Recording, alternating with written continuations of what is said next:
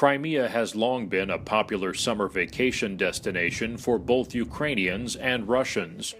But since Russia seized the peninsula from Ukraine last year, fewer Ukrainians visit, and tourist numbers have dropped by half. Tour owner Alexander Yurchenko raised prices to maintain his income, but complains of strict border controls and bureaucracy. Like the Chinese say to their enemies, we wish you live in times of change. Any changes when a person is already 45, 50, or 60 years old, and he's been doing the same thing for the last 15 years. When he's got everything organized, especially the tax paying and all the problems connected with this issue, then everything changes again. That brings a lot of negative reactions. Western sanctions left Crimea a cash-only economy, with limited banking and restrictions on foreign tour groups and investment.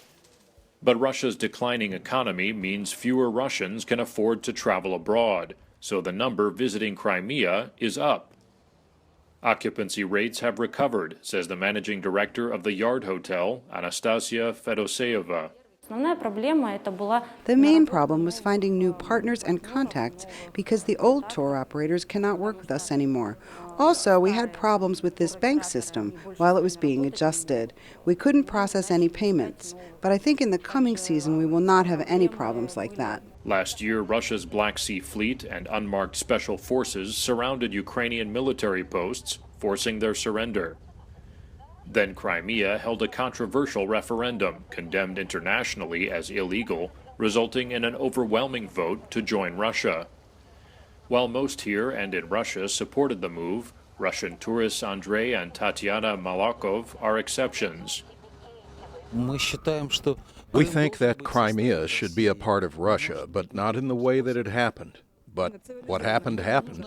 In our opinion, this was not right. It should have happened through negotiations or agreement, but not the way that it did. As Russians visit Crimea, many point to the peninsula's Russian history as justification for its return. Yet critics note what they call Moscow's opportunistic redrawing of a European border and backing of a deadly rebellion in East Ukraine, causing the worst East-West relations in decades.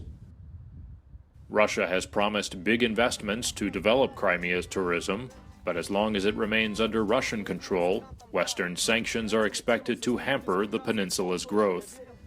Daniel Schearf, VOA News, Sevastopol, Crimea.